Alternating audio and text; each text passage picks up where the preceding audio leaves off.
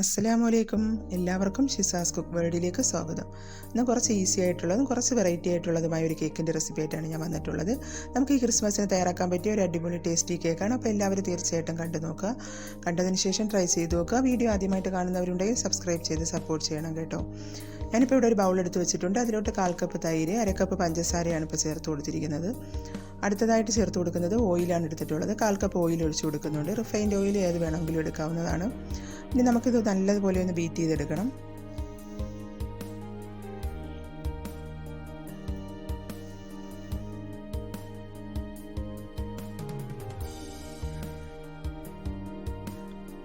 നമുക്ക് പഞ്ചസാര പൊടിച്ചതോ പൊടിക്കാത്തതോ ചേർത്ത് കൊടുക്കാവുന്നതാണ്, കുഴപ്പമൊന്നുമില്ല. അപ്പോൾ അതിവിടെ ഞാൻ ബീറ്റ് ചെയ്തെടുത്ത് വെച്ചിട്ടുണ്ട്. ഇനി നമുക്ക് ഇതിലോട്ട് ചേർത്ത് കൊടുക്കാനുള്ളത് ഡ്രൈ ഇൻഗ്രീഡിയൻസ് ആണ് ചേർത്ത് കൊടുക്കുന്നത്. അതിനായിട്ട് ആദ്യമായിട്ട് 1 കപ്പ് മൈദപ്പൊടി എടുത്തിട്ടുണ്ട്.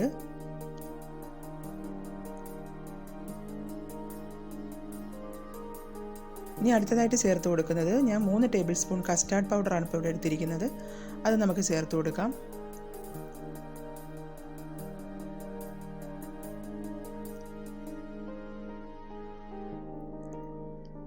അടുത്തതായിട്ട് 1 ടേബിൾ സ്പൂൺ കോൺഫ്ലോർ എടുത്തിട്ടുണ്ട്. അതും കൂടി ചേർത്ത് കൊടുക്കാം.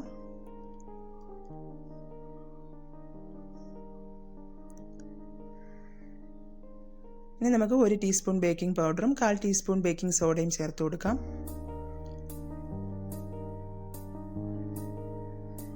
ഇതെല്ലാം കൂടി ചേർത്തതിന് ശേഷം നമുക്ക് നല്ലതുപോലെ ഒന്ന് അരിച്ചെടുക്കാം.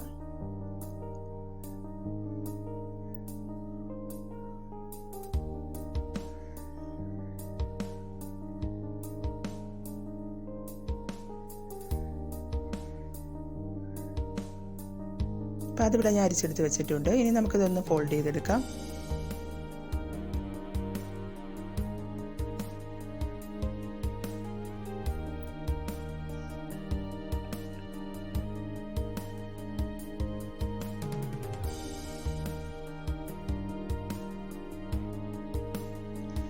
അപ്പോൾ അതിവിടെ ഞാൻ മിക്സ് ചെയ്തെടുത്തിട്ടുണ്ട്. ഇപ്പോൾ ഇത് കുറച്ച് ടൈറ്റായിട്ടാണ് ഇരിക്കുന്നത്. നമുക്കിനി ഇത് കുറച്ചും കൂടെ ഒന്ന് ലൂസാക്കി എടുക്കാനായിട്ട് ഇതിലോട്ട് ഞാൻ കുറച്ച് പാലാണ് ഇപ്പോൾ ചേർത്ത് കൊടുക്കാൻ പോകുന്നത്. ഞാനിപ്പോൾ ഇവിടെ 1/2 കപ്പ് പാലെടുത്ത് വെച്ചിട്ടുണ്ട്. അതിൽ നിന്ന് കുറേശ്ശെ ഒഴിച്ച് നമുക്കിതൊന്ന് ബാറ്റർ ഒന്ന് ലൂസാക്കി എടുക്കാം.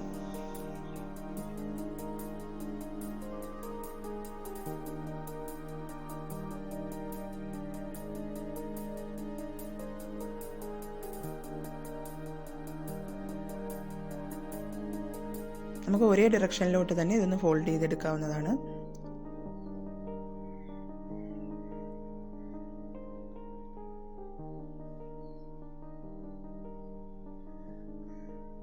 ഇനി നമുക്കിതിലോട്ട് 1/4 ടീസ്പൂൺ വാനില എസൻസും കൂടി ചേർത്ത് കൊടുക്കാം. അപ്പോൾ അത്യാവശ്യം ലൂസിന് ഞാൻ ഈ ബാറ്റർ റെഡിയാക്കി എടുത്തിട്ടുണ്ട്. ഞാൻ 1/4 കപ്പ് പാലിൽ കൂടുതൽ ഇതിൽ ഒഴിച്ചു കൊടുത്തിട്ടുണ്ട്. ഈ ഒരു പരുവത്തിലാണ് നമുക്ക് ബാറ്റർ ഇരിക്കേണ്ടത്.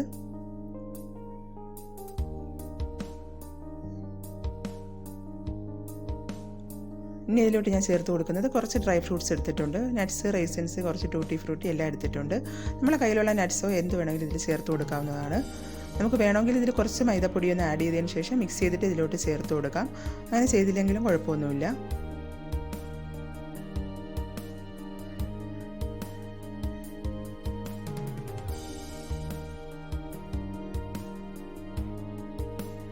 അപ്പോൾ നമ്മുടെ ബാറ്റർ ഇവിടെ റെഡി ആയിട്ടുണ്ട്. ഇനി നമുക്കൊരു കേക്ക് ടീൻ എടുക്കാം. ഞാൻ അതിലോട്ട് കുറച്ച് ഓയിലൊന്ന് ഗ്രീസ് ചെയ്തിട്ട് കുറച്ച് മാവ് തട്ടിയെടുത്തിട്ടുണ്ട്. ഇനി നമുക്ക് ഇതിലോട്ട് ബാറ്റർ ഒഴിച്ചു കൊടുക്കാം.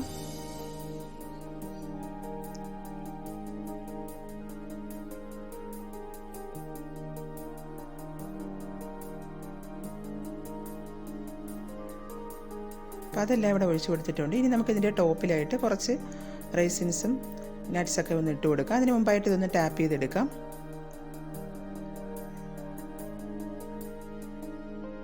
ടാപ്പ് ചെയ്തതിന് ശേഷം നമുക്കിതെല്ലാം ഒന്ന് ഇട്ട് കൊടുക്കാം. ഒരു 10 മിനിറ്റ് നമുക്കിത് ബേക്ക് ചെയ്തെടുക്കാനുള്ള പാത്രം സ്റ്റൗവിൽ വെച്ചതിന് ശേഷം നമുക്കൊരു റിങ് ഇറക്കി വെച്ചിട്ടാണ് ഞാനിപ്പോൾ ഇത് വെച്ച് കൊടുക്കുന്നത്. അപ്പോൾ ഇത് ഇറക്കി വെക്കുന്ന വീഡിയോ എൻ്റെ നിന്ന് സ്കിപ്പായി പോയിട്ടുണ്ട്. ഒരു 35-40 മിനിറ്റിൻ്റെ അകത്ത് ഇത് കുക്കായി വരും. നമുക്ക് ലോ ഫ്ലെയിമിൽ വെച്ചിട്ട് വേണം ഇത് കുക്ക് ചെയ്തെടുക്കാനായിട്ട്. അപ്പോൾ ഇവിടെ ഒരു 40 മിനിറ്റ് കഴിഞ്ഞിട്ടുണ്ട്. ഇപ്പോൾ എൻ്റെ കേക്ക് ഇവിടെ റെഡിയായി വന്നിട്ടുണ്ട്. അപ്പോൾ എല്ലാവരും തീർച്ചയായിട്ടും ഈ കേക്ക് ഒന്ന് ട്രൈ ചെയ്ത് നോക്കണം. നമുക്കിനി ഇത് പാത്രത്തിൽ നിന്നൊന്ന് വേറൊരു പ്ലേറ്റിലോട്ട് മാറ്റാം. അടിപൊളി സോഫ്റ്റ് ആയിട്ടുള്ളൊരു കേക്കാണ്. വളരെ പെട്ടെന്ന് റെഡിയാക്കി എടുക്കാനും പറ്റും. ഒരുപാട് പണിയൊന്നുമില്ല. അപ്പോൾ എല്ലാവരും തീർച്ചയായിട്ടും ഈ ക്രിസ്മസിന് ഇതൊന്ന് ട്രൈ ചെയ്ത് നോക്കുക. ഇനി നമുക്കിതൊന്ന് കട്ട് ചെയ്തെടുക്കാം. തണുത്തതിന് ശേഷം ഒന്ന് കട്ട് ചെയ്തെടുക്കാം.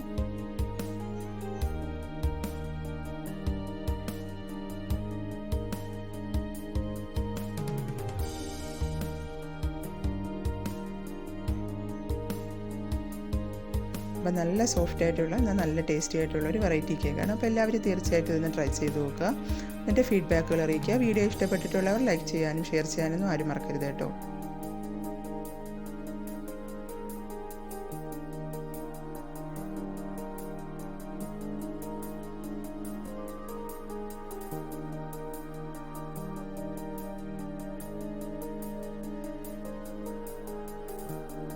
ഇനി അടുത്ത പ്രാവശ്യം നല്ലൊരു റെസിപ്പി ആയിട്ട് വരാം. Okay, thank you. Happy Christmas and happy new year advance.